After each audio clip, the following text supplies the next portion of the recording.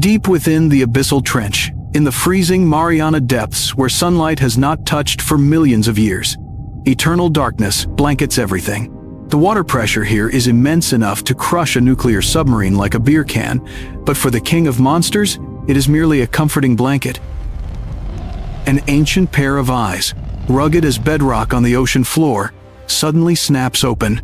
They do not open gently, but burst awake violently, revealing irises glowing a piercing pink violet, tearing through the deep-sea night like two lighthouses of death. Atomic energy begins to surge along his jagged spine, emitting a low vroom sound that boils the surrounding seawater. Godzilla thrashes his massive tail, creating a whirlpool that displaces tons of rock and silt, launching himself like a colossal living torpedo, leaving behind a suspicious silence on the surface, where the world above still sleeps in a false peace. In the City of Light, a symbol of modern civilization, white soldiers in nano-armor reflecting the brilliant sun patrol tirelessly. The rhythmic marching and the hum of armored vehicle engines create a melody of order and safety. We need a clearer view. However, inside the cold command center, filled with thousands of blue hologram screens, the air is thick with tension. Anna, a battle-hardened commander, stands frozen as a red dot flashes frantically on the thermal map. It is not a system error, but the sign of a catastrophe. From deep within the tropical jungle, where ancient canopy trees block out the sun, a malevolent force is rising, tearing through the mist of safety. Hidden amidst the ghostly, primeval forest lies the obsidian fortress of the Black Soldiers, a rusting metal structure reeking of machine oil and decay. Here, madmen are conducting a ritual of scientific blasphemy against nature. Lying in the center of a massive cage is the Black Dragon Titan, a biological monster bred from nightmares, hibernating with breath, exhaling toxic white smoke. The ruthless commander, with a twisted smile, pulls the lever. A massive mechanical needle descends from the ceiling like the scythe of death, plunging into the beast's neck. A volatile, glowing green serum is pumped directly into its veins, burning every cell, forcing the monster to awaken in excruciating pain. The black dragon's eyes flare open, burning red like molten coal, containing not just life, but the ultimate destructive rage of hell itself. Its first roar shakes the very mountain, metal chains the size of train cars stretching to their limit before snapping, sending sparks flying.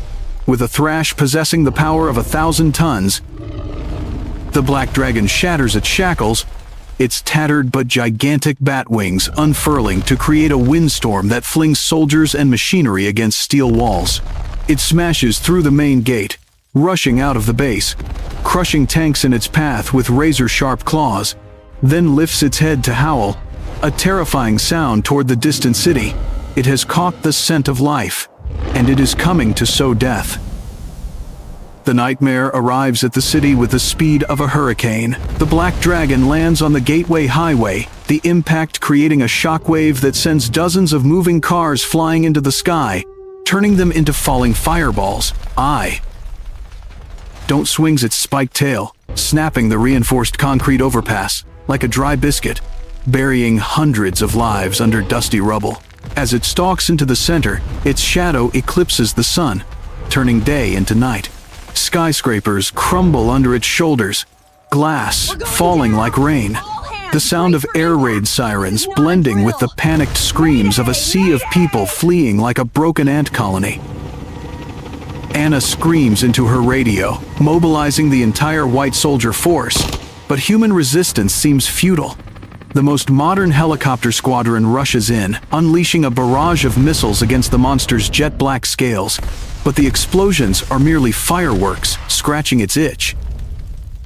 The black dragon retaliates with a stream of red-black thermonuclear breath, sweeping across the sky, melting the entire squadron into liquid metal raining down. On the ground, the tank battalion attempts to form a wall of fire, but with a single stomp, the black dragon creates an earthquake that sends the entire battalion tumbling, smashing into flattened buildings. Despair blankets everything as the black dragon climbs the highest tower, spreading its wings to unleash a rain of green energy spikes, annihilating the entire downtown area. As the final defense line crumbles and death draws near, Anna tremblingly activates Protocol Omega, the last most desperate hope. A trans-dimensional signal is fired straight into the Earth's core. In the hollow Earth, where physical laws are inverted, Kong is enjoying peace on his throne. Suddenly, space is torn apart. A swirling blue portal appears. Creating a powerful gravitational vacuum, Kong roars, trying to hold his ground, but the portal's power lifts his massive frame, sucking him into a dizzying journey through space-time. The city sky, currently drowning in smoke and fire, suddenly tears open. A beam of blue light of hope shines down on the ruins, and from it, Kong freefalls like a furious meteor. Gripping his ancient battle axe, eyes burning with fire, Kong aims straight for the enemy below. The Black Dragon looks up, momentarily surprised, but it is too late. Boom! Kong's landing creates a shockwave explosion that blows away dust for a 1-kilometer radius. The ground cracks, surrounding buildings collapse. From within the white dust, Kong stands tall, beating his chest thump, thump, thump, with authority, his roar drowning out the sirens, declaring that the true king has arrived. The battle between the two titans erupts immediately. More violent and brutal than any human war. They charge at each other like runaway trains. The collision between two colossal bodies, creating a tremor that shatters every remaining window in the city. Kong lands a thunderous uppercut that sends the dragon's head flying to the side, saliva and sparks spraying everywhere. But the Black Dragon, with killer instincts, whips its spiked tail into Kong's stomach, sending him sliding across the pavement, plowing up an entire street. As Kong scrambles to get up, the Black Dragon unleashes a deadly green heat beam. In a split second of life and death, Kong raises his axe to block. The blade made from Godzilla's dorsal fin, absorbing all the energy, glowing brilliantly like a miniature sun. Seizing the moment while the Black Dragon is frenzied, the remaining white soldier helicopters suicidally fly low, firing at the dragon's eyes to distract it. Though they are blown apart by the dragon's wing flap, their sacrifice creates a precious second of vulnerability. Kong takes a running start, jumping off a building's roof, soaring through the air, and brings the axe down hard. The blade tears through the diamond-hard scales on the dragon's shoulder, making it roar in agony. Enraged, the Black Dragon pounces, pinning Kong to the ground, claws digging deep into flesh, its maw gathering energy to blast Kong's head at point-blank range. The situation hangs by a thread. Just then, a tiny tank from the brave human faction rushes straight into the Black Dragon's soft belly and opens fire. The shot is small but enough to make the monster startle and choke on smoke, the energy beam exploding with a muffled pop in its throat. Kong bursts up, throwing the enemy off, then climbs the tallest broadcasting tower with lightning speed. He executes a spectacular leap of faith against the sunset sky, grabbing the flying dragon's tail and using his entire body weight to drag it down. Both massive flesh heaps crash down, flattening a shopping mall into a wasteland. From the rubble, Kong rises like a god of war. He uses his rippling muscles to grab the Black Dragon's wing and tears it off with a horrifying crack.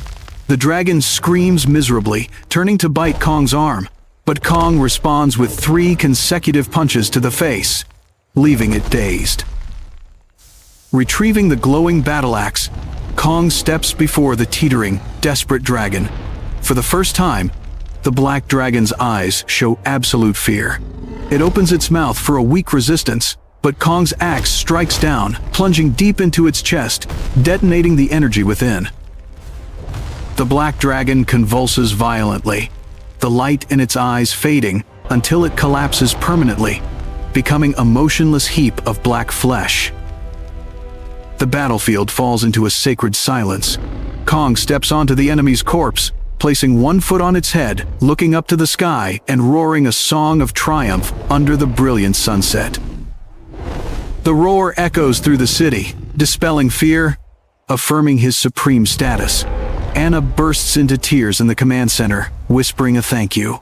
Kong bows his head, looking at the burnt tank wreckage around him, his eyes filled with sadness for the tiny comrades who fell. As night falls, Kong is escorted back to the White Base like a king returning to his palace. The massive steel gates open, revealing a magnificent biodome inside an artificial paradise with jungles, waterfalls, and a simulated hollow Earth sky. Kong enters, feeling the warmth of home. He sits by the lake, washing away the dust of war, and enjoys a feast celebrating the victory. But outside the safety glass, darkness still lurks. A group of black soldiers secretly approaches the dragon's corpse, stealing a scale still glowing with evil energy, signaling that evil has never been completely destroyed. Ignoring those conspiracies, Kong drifts into a peaceful sleep under human guard, ending a heroic chapter soaked in blood and tears, but also full of glory.